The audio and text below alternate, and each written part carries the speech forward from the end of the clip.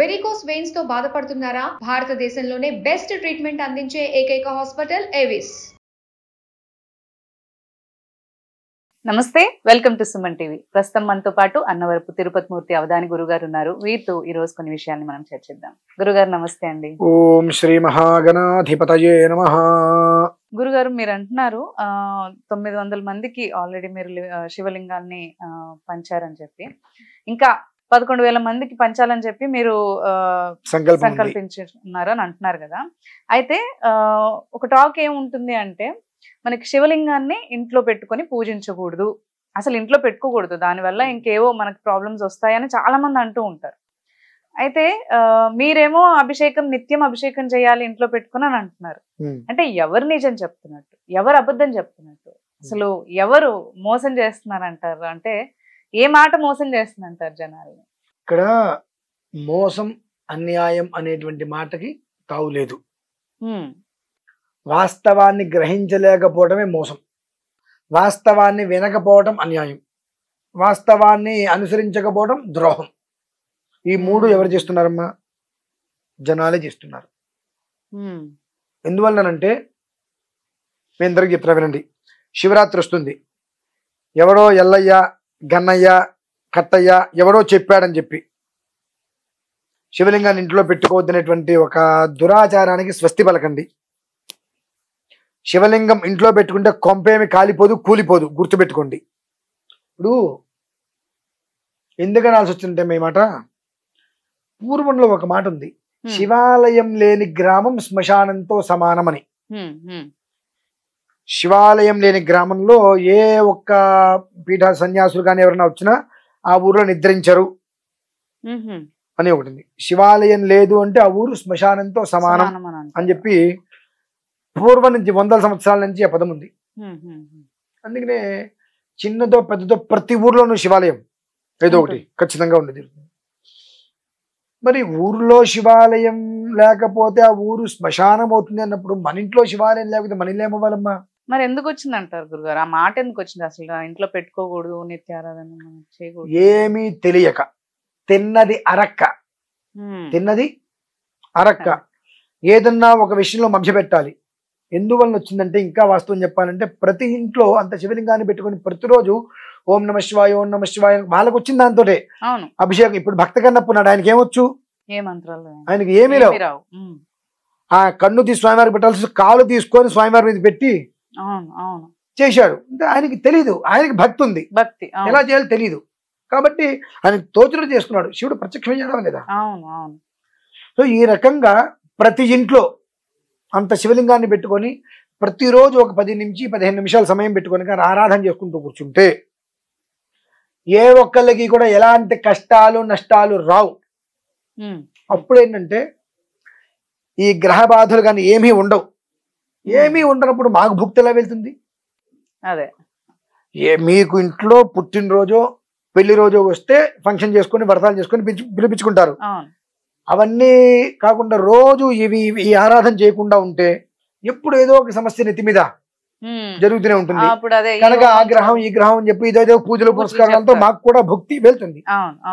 ప్రతి ఇంట్లోనూ కూడా శివలింగాన్ని పెట్టుకోండి అని చెప్తే ప్రతి మనిషి విభూతిర్భూతిరైశ్వర్యమణిమాదికమిష్టధ ప్రాప్తి ప్రాకామ్యమీశత్వం వశిత్వం చాష్టసిద్ధయ ఆ మంత్రంతో భస్మం స్వామివారి మీద వేసి అది పెట్టుకుంటే అదే ఐశ్వర్యం. విభూతి భూతి ఐశ్వర్యం అనిమాదష్టసిద్ధులను తీసుకొచ్చి పెడుతుంది. దీనికి ఉదాహరణగా భక్త గణపని మనం తీసుకోవచ్చు. ఆయన ఆటవికుడు, ఆయనకి ఏమీ తెలియదు. శివలింగాన్ని చూశాడు, ఆయనకి ఏదో చెయ్యాలనుకున్నాడు, ఆయన మాంసమేగా ప్రసాదంగా పెట్టింది. ప్రశ్నించినప్పుడు కూడా ఏంటి మీరు మాంసం ప్రసాదంగా పెడితే కూడా ప్రత్యక్షం అవుతున్నారా వెళ్తారా అని అడిగితే కూడా లేదు, భక్తి ఉంది తనకి అని. ప్రధానం భక్తి. నువ్వేం పెట్టావని కాదు, నీకేం దొరకలా, ఏదన్నా పెట్టాలి. ఆయన ఆకలితో ఉన్నాడు, మనకు ఆకలేస్తే ఎలా ఉంటుంది తెలుసు. ఆయన ఆకలితో ఉన్నాడు, మనం ఏం తింటాం, మనకు దొరికింది ఇదే కాబట్టి మనం తింటున్నా, అందుకు పెడదామని పెట్టాడు. భక్తితో పెట్టాడు, ఆప్షన్ లేదు ఇంకా అతనికి వేరేవేవి పెట్టాడు. భగవంతుడు దాన్ని ప్రేమగా స్వీకరించాడు, ప్రత్యక్షమయ్యాడు. మనం అందులో ఉన్నటువంటి భక్తిని మనం చూడాలి. ఇవాళ మనకి అన్ని దొరికిన తర్వాత నచ్చేస్తా అంటే పాపం.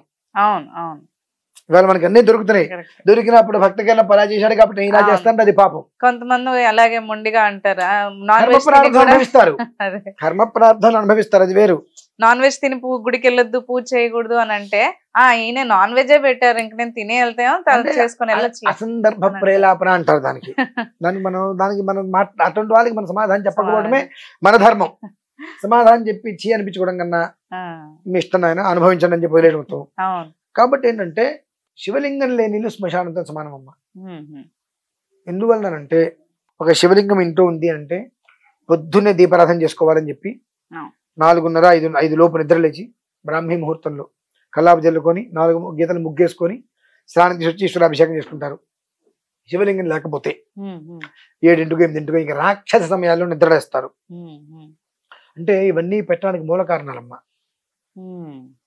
రాక్షస సమయంలో నిద్రలేస్తారు. ఉదయం సూర్యోదయానికి ముగ్గు లేకపోతే ఆ ఇల్లు శ్మశానంతో సమానమా ఇల్లు.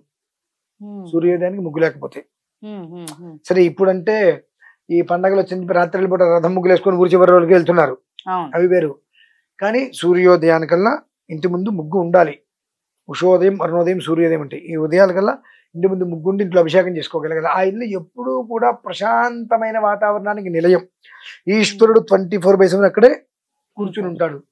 ఇక్కడ విధానం ఏంటంటే ఈశ్వరుడు అక్కడే కూర్చుని ఉంటే వాళ్ళకి సమస్య ఎందుకు వస్తుంది కదా. ఇవి కారణాలు.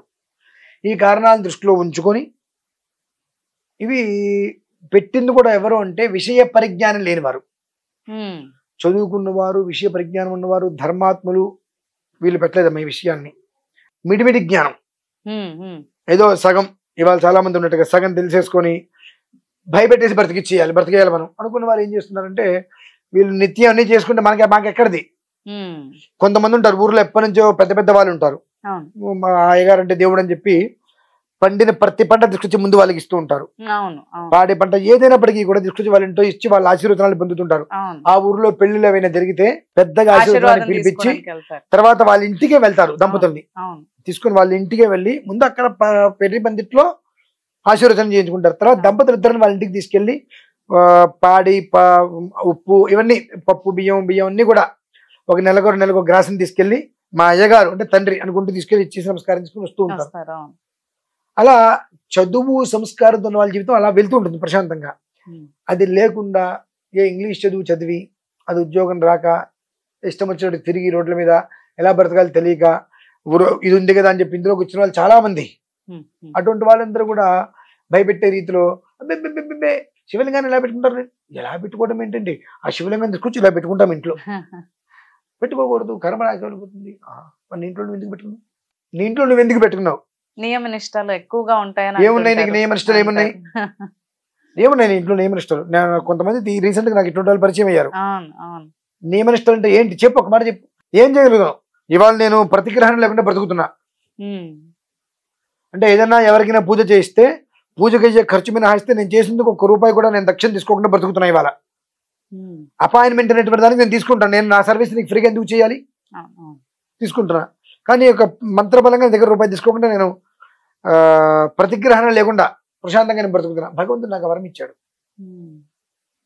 మరి అలా బ్రతకగలుగుతున్నావా అంటే ఎందువలన వచ్చినాయంటే కేవలము కూడా చదువు సంస్కారాన్ని నేర్పుతుంది, విద్య వివేకాన్ని ఇస్తుంది అంటారు. ఆ రెండు లేకుండా ఏం చెయ్యాలో తెలియక పంచగట్టేసుకుని మెల్లో యజ్ఞోపేతం వేసేసుకుని మనం కూడా పంతులు గారు అనుకుంటారు మనం ఏం చెప్తే జరిగిపోతుంది అనేటువంటి కొంతమంది ప్రబుద్ధులు చేసినటువంటి దరిద్ర పనికి ఇవాళకి అది ఒక ఇదిగా గుదిబండలాగా మారిపోయింది. అది మార్చుకోవాలి, మనం అర్థం చేసుకోవాలి. ఇప్పుడు కూడా శివాలయం లేని గ్రామం శ్మశానమైందంటే అది లేని ఇల్లు మనది శుభమంగళ గృహం ఎలా అవుతుంది. ప్రతి ఇంట్లో శివలింగం ఉండి తినవలసింది. అలాగే గురుగారు, ధన్యవాదాలు.